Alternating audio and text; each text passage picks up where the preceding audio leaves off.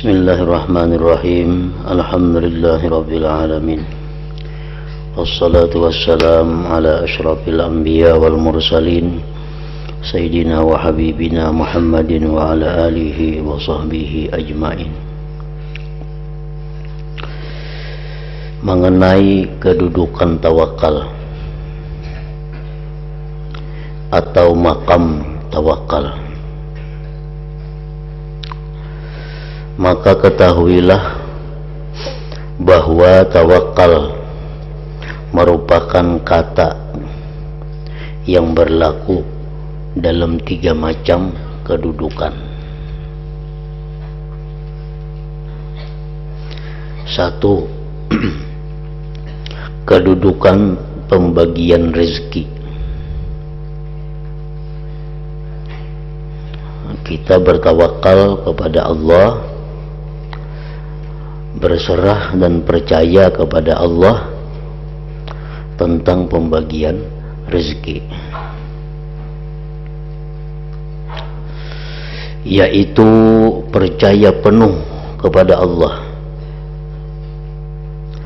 karena Allah tidak bakal meluputkan rezeki yang dibagikan kepada engkau.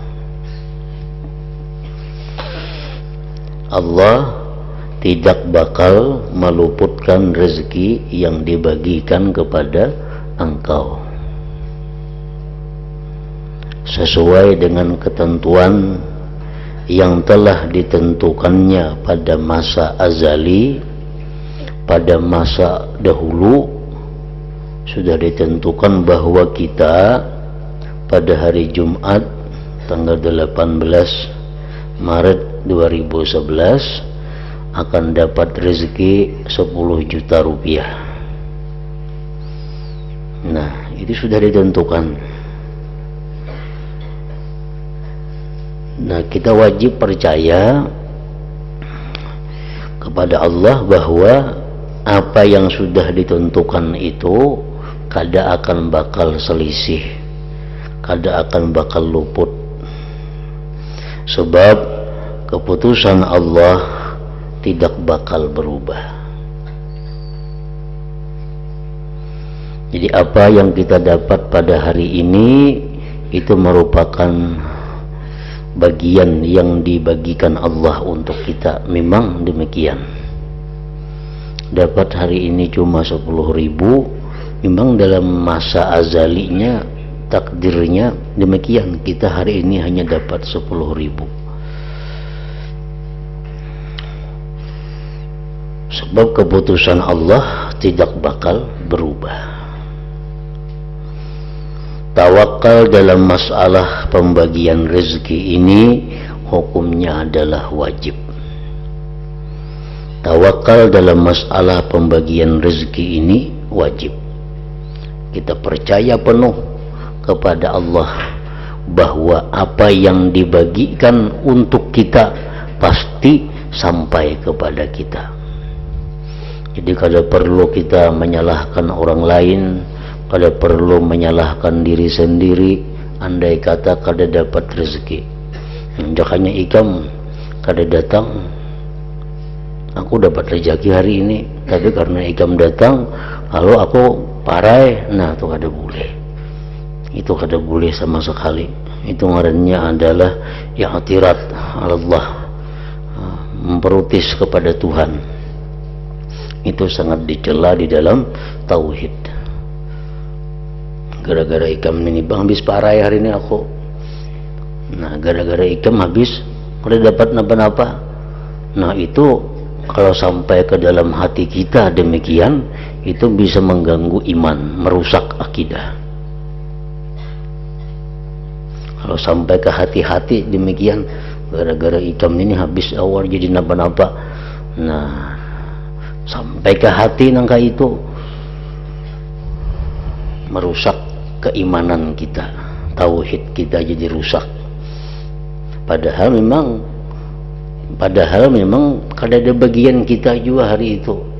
Datang kainya kada kah tatapai kita kada dapat juga hari itu, karena memang kada ada bagiannya. Jadi bukan gara-gara inya ada, memang kada ada jatahnya hari itu untuk kita. Sebab andai kata ada jatah untuk kita pada hari itu, siapa yang datang, tetap jatah itu akan kita dapatkan, sebab itu keputusan Allah kada berubah. Tawakal dalam masalah pembagian rezeki ini wajib hukumnya. Jadi kada perlu terburu-buru, kada perlu berpikir-pikir banyak, kada perlu bermacam-macam cara untuk mendapatkan rezeki itu. Berusaha sekadar usaha yang dibenarkan Allah, selebihnya kita serahkan kepercayaan penuh kepada Allah bahwa kalau memang itu ada bagian kita hari ini, pasti akan kita dapatkan. Tawakal dalam masalah pembagian rezeki ini wajib berdasarkan dalil sama Al-Quran dan hadis Nabi.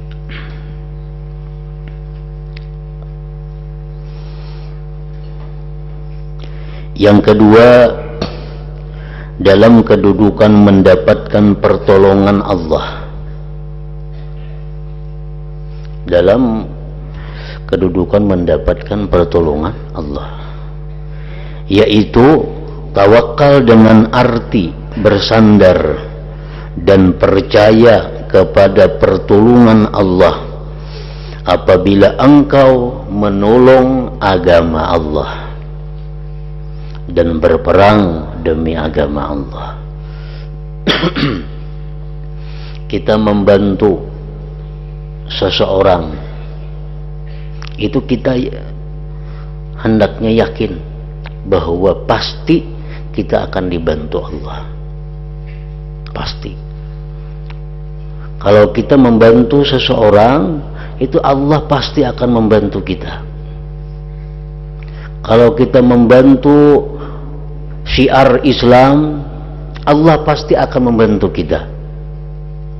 Kalau kita meninggikan agama Allah, Allah pasti membantu kita. Nah, ini tawakal, percaya 100% kepada itu. Apa yang kita berikan untuk agama Allah kada akan sia-sia, pasti akan dibalas oleh Allah dengan bantuan kepada kita.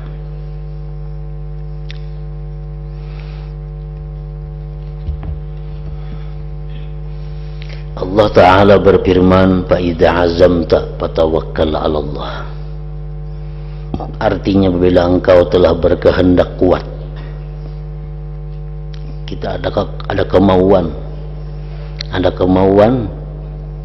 yang kuat untuk melakukan sesuatu ibadah, untuk melakukan sesuatu ketaatan, untuk melakukan sesuatu bantuan untuk agama Allah, maka tawakallah kepada Allah, percayalah kepada Allah, berserahlah kepada Allah.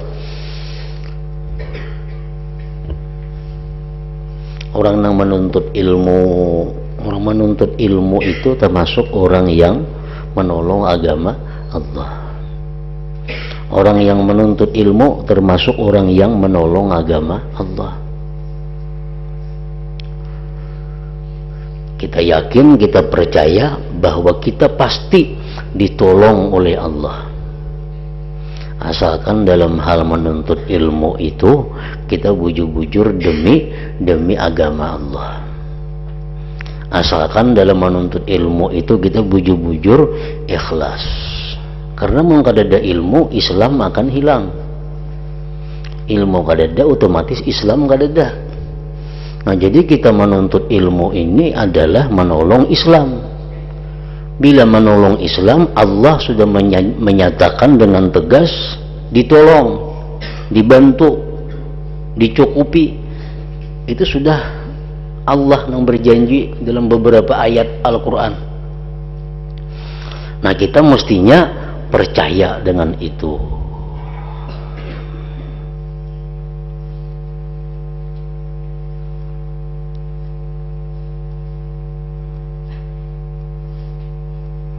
Orang yang berusaha kada ada jaminan oleh Allah akan dicukupi. Orang yang jadi pegawai kada ada jaminan dari Allah dicukupi. Tetapi kalau orang menuntut ilmu, nah itu jaminan dari Allah akan dicukupi kehidupannya. Allah yang menjanjikan demikian. Tinggal kitanya aja lagi ikhlas kada ikhlasnya dalam menuntut ilmu itu. Ikhlas bujur kadanya niat kita dalam menuntut ilmu. Asalkan kita bujur-bujur niat menuntut ilmu itu karena Allah, Allah pasti sudah akan menolong, memperhatikan, mencukupi apa yang kita butuhkan.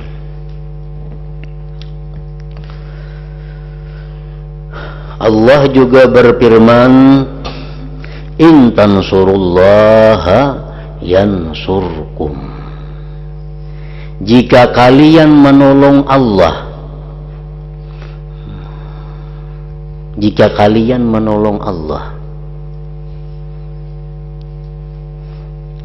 bukan kita menolong Allah, Allah Ta'ala itu perlu kepada pertolongan kita. Adanya itu bang, artinya Allah minta tolong lawan kita maka Allah kaya. Nah, kan tak salah memaham itu. Ujar Tuhan, jika kalian menolong Allah, menolong Allah ini seperti diceritakan dalam hadis qudsi, di akhirat dicontohkan dalam satu pertanyaan Tuhan kepada kita. Ujar Tuhan, Fulan bin Fulan, aku garing, nikam kata dia mailangi aku. Tahajud kita, apabila pian garing wahai Tuhan, Tuhan kada mau garing. Nah, ya Tuhan, ada hambaku yang garing, ikam kada memperhatikan inya. Aku dalam keadaan kesusahan ya Tuhan, aku dalam keadaan lapar, ikam kada memberi makan aku. Bingung pulang kita, Tuhan engkau bisa lapar lah, maka engkau maulah makanan. Ujar Tuhan, ada hambaku nang lapar, ikam kada memberi makan inya. Nah ya ini artinya kalau kita membantu orang nang kelaparan, membantu orang nang sakit, itu sama membantu kepada Allah, sama membantu kepada Allah, karena itu perintah Allah membantu mereka. Nah kita menuntut ilmu agar meninggikan Islam, agar Islam ini tetap ada. Kalau kita menuntut ilmu itu ngarannya adalah menolong Allah, menolong Allah. Maka Allah pasti menolong kalian, Allah pasti menolong kalian.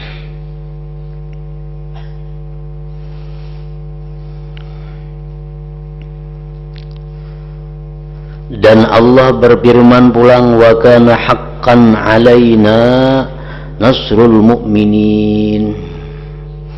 Artinya, dan sudah semestinya aku Allah menolong orang-orang beriman. Asal kita beriman aja ditolong Tuhan, apalagi ditambah kita pulang menolong agama Allah, makin dapat pertolongan lagi. Makin banyak agama Allah nang kita tolong, makin banyak pertolongan Allah nang kita terima. Makin banyak kita menuntut ilmu, makin banyak pertolongan Allah nang kita terima. Makin banyak waktu kita habiskan untuk menolong agama Allah, makin banyak anugerah Allah nang kita terima.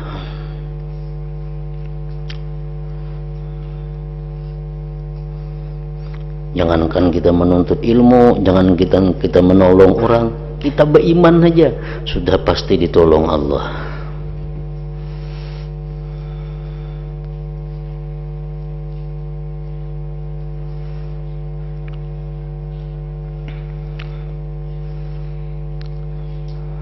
Nah, jadi kedudukan tawakal yang kedua adalah tawakal dalam hal pertolongan Allah.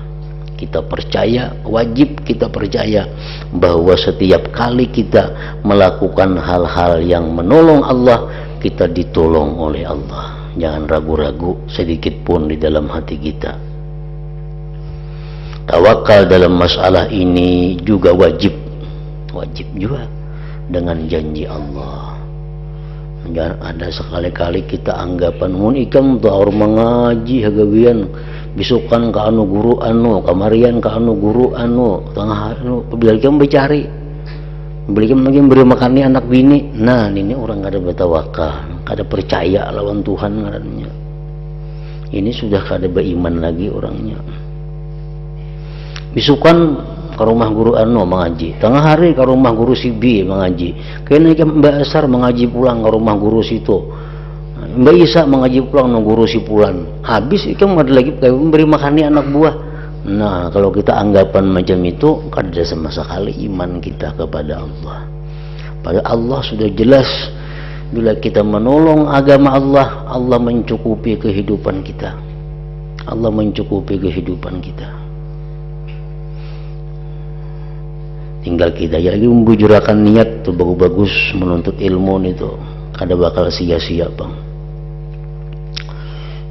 Kayak salah seorang sahabat ini berdoa ading, nang saikung tahu becari, nang saikung tahu mengaji. Kada tahu digawe, datang ke rumah makan turun, datang ke rumah makan turun mengaji lawan Rasulullah nih. Nang sahabat nang kakak muka kabun, beternak macam-macam. Rupanya sakada tahan nang kakak nih datang kepada Nabi. Wahai Rasulullah, ading ulun itu nah, ading ulun tuh kada tahu di rumah, datang makan, makan mengaji. Ulun nang becari, ke kabun, beternak macam-macam. Lalu ujar Nabi menjawab, ikam tahulah bahwa ikam dapat rezeki nang luas tu karena ikam mau ngkusi ading ikam itu nah. Itu ikam rezeki luas, rezeki dimudahkan Allah, rezeki dicukupi Allah karena ikam mau ngkusi ading ikam nang menuntut ilmu itu. Jangan ikam kada mau ngkusin itu, amun tentu nang kaya ini rezeki ikam. Nah jadi jangankan si orang nang menuntut ilmunya itu, orang nang memberi makani, nang membantu menolong nang menuntut ilmu pun dicukupkan oleh Allah, diluaskan rezekinya oleh Allah. Nah itu wajib kita percaya. Misalnya kita menuntut ilmu bang habis waktu tapi pina sakit hidup, nah itu kita aja lagi nang disalahkan. Jangan menyalahkan janji Tuhan. Pokoknya aku mengaji berpuluh-puluh tahun, siang malam kemarian bisukan, indah sakit hutang banyak situ kemari. Nah ini kita nang salah, niatnya kah salah atau apa ajarannya kah nang salah. Amunnya bujur aja, Allah kada akan berdusta, Allah kada akan berbohong dengan Allah, tidak akan menyalahi dengan janjinya itu. Jadi perkara menolong agama Allah itu kada perlu dikhawatirkan, pasti dicukupi Tuhan kebutuhan kita. Nah, yang ketiga, tawakal di tempat rezeki dan hajat. Tawakal di tempat rezeki dan hajat karena Allah menanggung. Allah menanggung apa yang dapat menegakkan diri engkau untuk berkhidmat kepada Allah dan bisa beribadah kepadanya. Itu ditanggung oleh Allah, dijamin oleh Allah. Kita umpamanya di dalam masa dahulu, masa arwah, masa azali, seperti yang diceritakan oleh Al-Habib Abdullah Al-Haddad, bahwa kita ini ada beberapa masa yang kita lalui. Satu, kita ini sudah ada di masa azali atau disebut alamul dzar atau alamul arwah.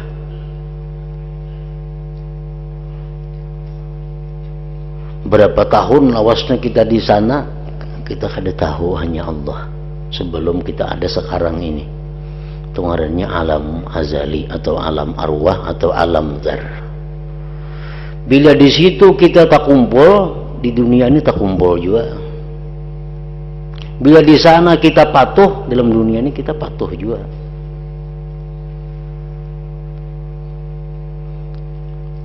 Al arwah junudun mujannadah. Nah itu Qur'annya. Kita ini tak kumpulan di sini nah. Memang di sana dahulu kala memang tak kumpulan juga kita. Kita patuh di sana, memang kita patuh juga dahulunya. Wa mata nakara minha, sesuatu yang di sana kada patuh, di dunia memang kada patuhnya. Nah, jadi di masa arwah itu sudah ditentukan apa-apa yang akan terjadi untuk diri kita ini. Nah, sesudah masa arwah itu kita hidup sekian ribu tahun yang lalu, sampai masanya kita dipindah ke suatu alam, ngarannya alamur rahim, alam rahim ibu. Tuh kada lawas kita di situ bagana hanya beberapa bulan, kada ingat kita lagi di situ, alam rahim. Di alam rahim ini kita berpindah lagi pulang ke alam dunia atau alam syahadah ngarannya. Nah, ya sekarang nih. Nah, di alam ini kita pun diberi waktu oleh Tuhan kada sama. Si Fulan bin Fulan diberi waktu hidup dalam dunia ini 60 tahun. Si ini 63 tahun, nang ini cuma 40 tahun, nang ini cuma 2 tahun. Keluar ke alam dunia nih. Nah, jadi begitu Allah menentukan bahwa kita ini hidup di alam dunia ini 60 tahun, rezeki kita pasti cukup untuk 60 tahun. Artinya kita kada mungkin mati kehabisan makanan sebelum umur 60 tahun itu. Kada mau mati. Kada mau mati. Selama masih ada lagi rezeki kita, kada mau mati kita. Ada sih diceritakan seseorang yang sakit keras, didatangi oleh seorang wali. Lalu seorang wali ini minta lihatkan kepada Allah orang ini rezekinya apa ada atau masih banyak. Diberitahukan orang ini masih banyak rezekinya. Oh, ternyata orang ini masih panjang umur, kada mati garing itunya, karena rezekinya masih banyak. Jadi habisnya umur kita itu bertepatan dengan habisnya rezeki kita. Rezeki kita habis. Nah, jadi Allah memberikan kita umur misal 60 tahun hidup di alam dunia ini, 60 itu dicukupi Tuhan rezekinya. Rezeki yang kayak apa yang dicukupi Tuhan? Rezeki sekadar inya kawa bangun untuk ibadah kepada Allah. Itu yang dijamin oleh Tuhan. Rezeki itu yang dijamin oleh Tuhan, yang dipastikan oleh Tuhan bahwa sampai inya umur 60 tahun itu dia akan bisa diberi rezeki, akan selalu dapat rezeki untuk bisa bangun beribadah kepada Allah. Allah menanggung apa yang dapat menegakkan diri engkau untuk berkhidmat kepada Allah dan bisa beribadah kepadanya.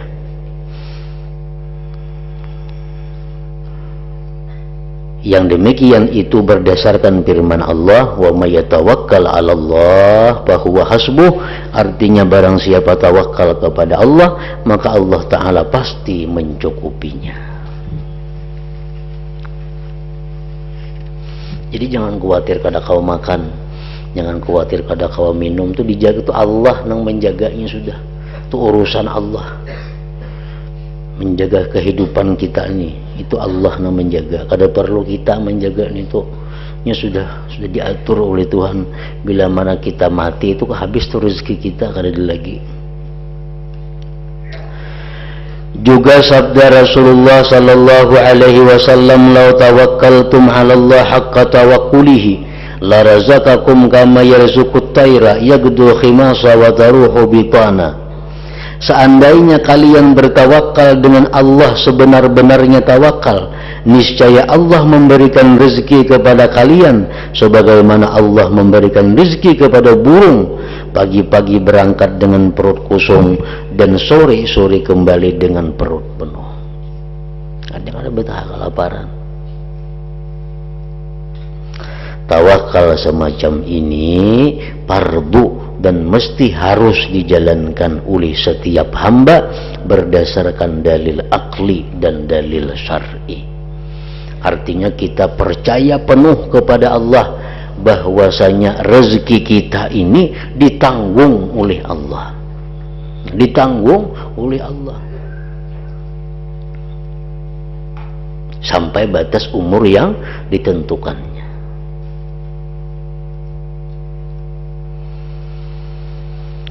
Keteranganku inilah yang lebih masyhur dan lebih kuat, yaitu tawakal dalam persoalan rezeki, dan ini pula lah yang dimaksud dari pasal ini. Jadi kedudukan tawakal itu rezeki yang dijamin dan ditanggung oleh Allah Ta'ala menurut apa yang dikatakan oleh para ulama, oleh para ulama Allah, oleh para ulama Allah Ta'ala.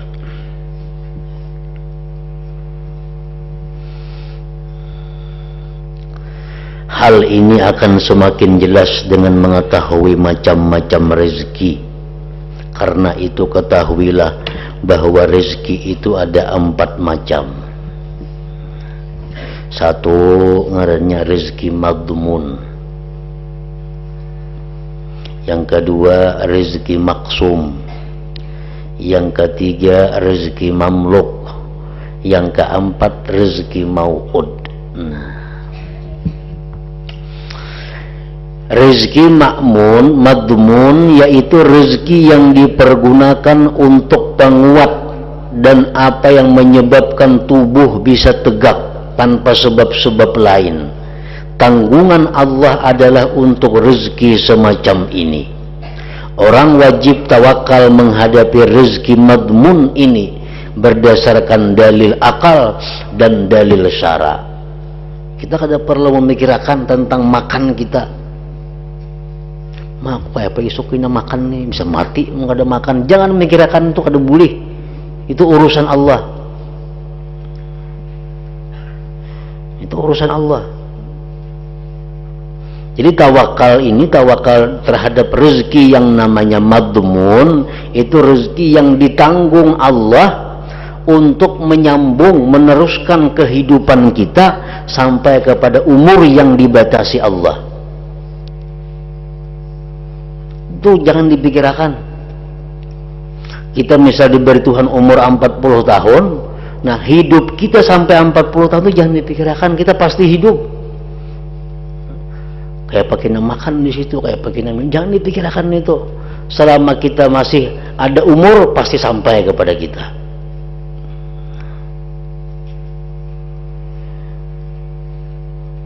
Tanggungan Allah untuk rezeki semacam ini. Orang wajib tawakal menghadapi rezeki madmun ini berdasarkan dalil akal dan dalil dalil syara. Itu mutlak urusan Tuhan.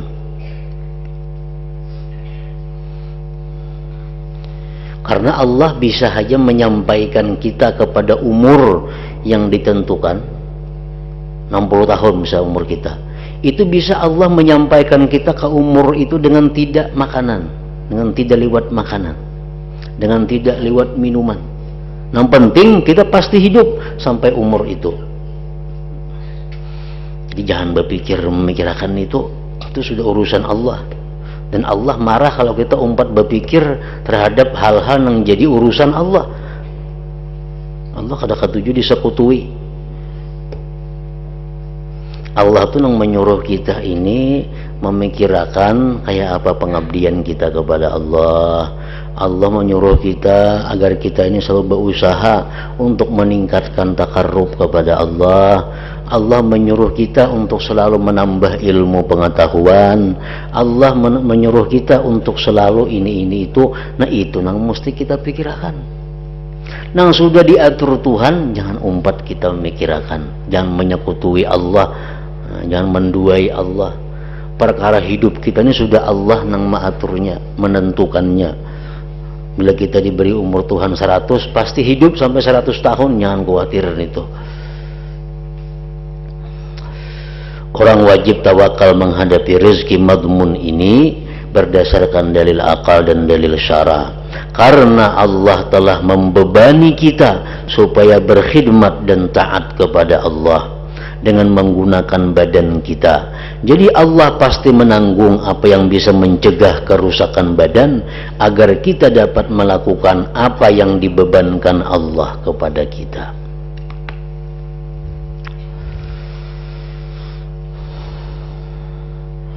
Sebagian ulama mazhab kiramiyah atau Karramiyah yang juga mengatakan. Nah, ini mazhab Karramiyah. Mazhab Karramiyah ini atau Kiramiyah ini mazhab di luar ahlu sunnah. Ini Imam Ghazali membuat ini hanya sekadar perbandingan bahwa orang Karramiyah aja macam itu, apalagi musuhnya kita. Sebagian ulama mazhab Karramiyah berkata dengan perkataan yang bagus menurut asalnya. Ujar bubuhannya, menanggung rezeki para hamba itu wajib bagi Allah. Pada kebijaksanaan Allah Ta'ala. Orang Karramiyah ini berpendapat bahwa Allah itu ujarnya wajib menanggung rezeki hamba. Kalau kita dari ahlu sunnah kada wajib itu. Tuhan tuh kada wajib bang. Cuma Tuhan menjanjikan ini dan Allah Ta'ala itu kada akan menyalahi janji. Itu kita ahlu sunnah kayak itu.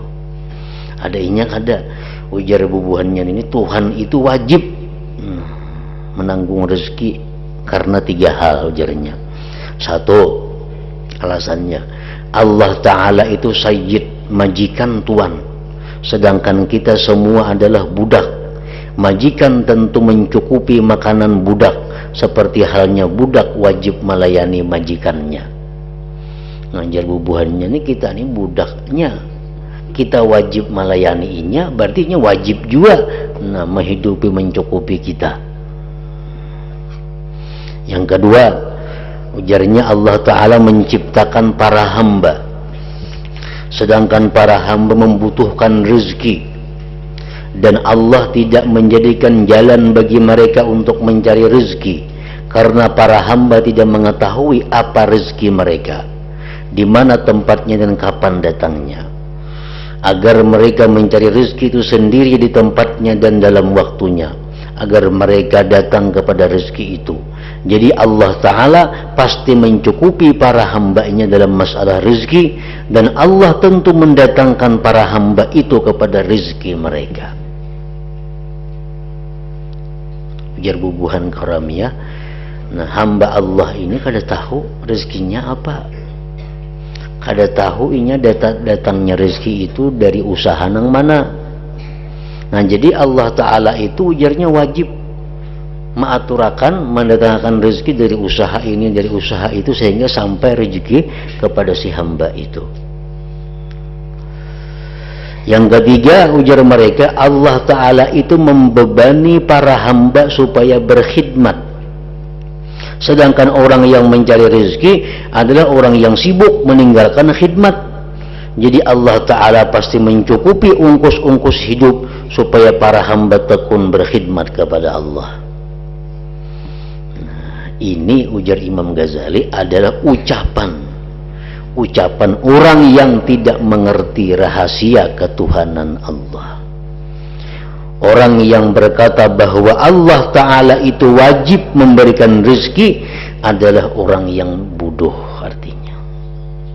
Allah itu kada wajib menciptakan kita, Allah kada wajib memberi rezeki kepada kita.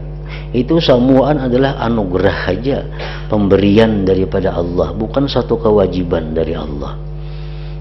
Itu golongan mazhab kita ahlu sunnah nang macam itu.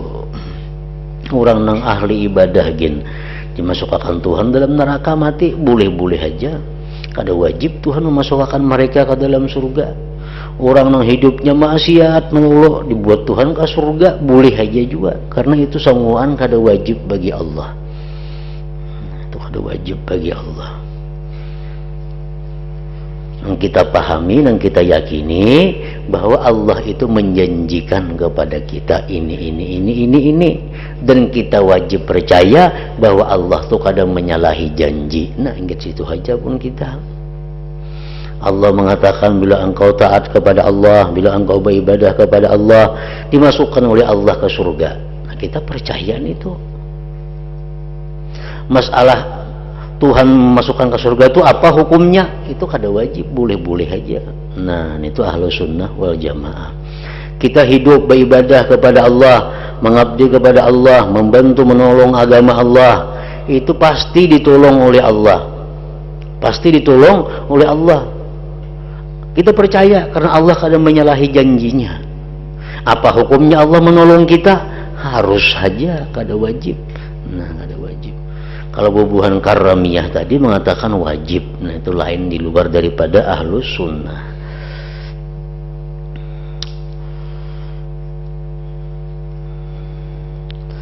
Aku sudah menjelaskan kesalahan omongan atau i'tikad semacam ini dalam ilmu kalam. Sekarang aku akan kembali kepada apa yang dimaksud. Yang pertama, rezeki madmun. Rezeki madmun adalah rezeki di mana Tuhan menjamin kita hidup sampai ke batas umur yang ditentukannya. Rezeki madmun. Adapun rezeki maksum, yaitu rezeki yang dibagikan Allah dan ditetapkan oleh Allah di Lauhil Mahfuz. Apa yang dimakan hamba, apa yang diminum hamba, dan apa yang dipakai, masing-masing Allah telah ditentukan Allah dengan ketetapan tertentu dan waktu tertentu pula. Tidak lebih dan tidak kurang, tidak maju dan tidak mundur dari ketentuan menurut kenyataannya. Dalam Lauhil Mahfuz itu ada ketetapan rezeki kita, bagiannya.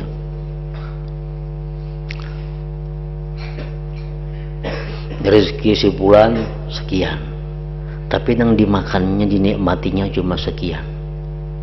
Yang lainnya kada sempat dinikmati, matinya. Yang ini akan disampaikan kepada inya tanggal sekian jam sekian. Yang ini akan disampaikan kepadanya hari anu jam saanu. Rezeki yang ini akan disampaikan kepadanya hari anu. Itu sudah dibagi oleh Tuhan sedemikian rupa dalam Lauhil Mahfuz. Tercatat. Dan itu kada bisa kurang, kada bisa lebih, kada bisa maju, kada bisa mundur. Kada kawa diurus. Ujar Tuhan, si Fulan bin Fulan pada hari Ahad akan dapat rezeki 10 juta. Datang ke tangannya itu duit jam saanu lewat saanu. Hari Ahad. Kita hendak supaya hari ini dapat berdahulu 2 hari, kada kau diurus nih tuh. Seharianan kita berdua kada kabul. Kada berubah. Itu orangnya rezeki yang sudah maksum. Sebagaimana disabdakan oleh Rasulullah sallallahu alaihi wasallam, ar-rizqu maqsumun mafrugun minhu laisa taqwa taqiyyin bizaidih wala fujuru fajirin binaqisih. Artinya rezeki itu telah dibagi, lagi pula telah dibereskan. Ketakwaan orang yang takwa tidak bisa menambahi rezekinya, dan kedurhakaan orang yang durhaka tidaklah mengurangi rezekinya. Rezeki yang dibagikan Tuhan kepada kita hari esok sekian, jam sekian, sekian jumlahnya. Kita takwakah, kita kadakah, kita berbuat maksiat itu kada ada hubungannya, kada mempengaruhi. Pokoknya nang itu pasti sampai kepada kita. Nah, pasti sampai kepada kita. Kayaknya ada jawaban rezeki itu bila kita beramalan ini ditambah Tuhan, itu ada. Tapi lain rezeki maksum ngarannya. Kalau rezeki nang maksum ini, apa yang telah dijatahkan Tuhan, dibagikan Tuhan pada hari anu jam anu, itu sudah kada kawa dirubah lagi. Ujar Nabi kita, rezeki itu telah dibagi, lagi pula telah dibereskan. Ketakwaan orang yang takwa tidak bisa menambahi rezekinya, dan kedurhakaan orang yang durhaka tidaklah mengurangi rezekinya. Yang ketiga, rezeki mamluk. Adapun rezeki mamluk, yaitu rezeki yang dimiliki oleh setiap hamba, yakni harta di dunia yang dimiliki menurut apa yang ditentukan Allah dan dibagikan Allah untuk dimiliki oleh hamba. Rezeki nang maksum tadi, kita dapat rezeki jatah hari ini dari Allah 3 juta. Itu kada kurang, kada lebih daripada itu. apapun gawin kita kada kurang kada lebih pada 3 juta. Namun dari rezeki yang 3 juta itu kada tentu semua antu ngarannya rezeki mamluk. Bisa kan kita miliki cuma 100.000, lainnya cuntan orang bisa. Jadi setiap rezeki yang maksum yang datang kepada kita, yang dijatahkan Tuhan itu belum tentu bisa mamluk kita miliki. Nah, rezeki mamluk itu apa yang kita pakai saat ini, itulah rezeki kita. Apa yang kita suap kamuntung, itulah rezeki mamluk. Beres nang karung-karung di rumah, iwak nang dalam kulkas itu belum tentu mamluk, belum tentu kita miliki. Walaupun itu jatah-jatah kita, ini belum tentu kita bisa menikmatinya. Nah, yaitu rezeki yang dimiliki oleh setiap hamba, yakni harta di dunia yang dimiliki menurut apa yang ditentukan Allah dan dibagikan untuk dimiliki oleh hamba. Itu adalah termasuk rezeki Allah Ta'ala. Allah Ta'ala berfirman, anfiku mimma razaqnakum. Nafkahkanlah sebagian rezeki yang telah kami berikan kepada kalian. Artinya rezeki yang diberikan Allah sebagai milik kalian. Jadi apa nang rezeki maksum itu ditentukan dibagi oleh Allah, datang kepada kita, pasti datang. Kita ambil rezeki kita 3 juta. Karena inilah jatah kita hari ini 3 juta. Nah 3 juta ini mamluk lah, belum tentu rezeki mamluk. Nah, bila kita tukarakan duit 3 juta itu ke makanan, kita makan, nah itu rezeki mamluk ngarannya. Kita ambil nanti kita 1,5 juta umpamanya, kita wakapakan, itulah rezeki mamluk kita. Nah sisanya itu belum tentu mamluk. Bisa kita mati, kita anak ampunnya. Nah jadi itu macam-macam rezeki. Ada rezeki madmun, ada rezeki maksum, ada rezeki mamluk ngarannya. Nah kemudian yang keempat, rezeki mau'ud. Ini yang penting kita ketahui, rezeki mau'ud nih, rezeki yang dijanjikan Tuhan. Bila ikam ini kubari ini, bila ikam kada.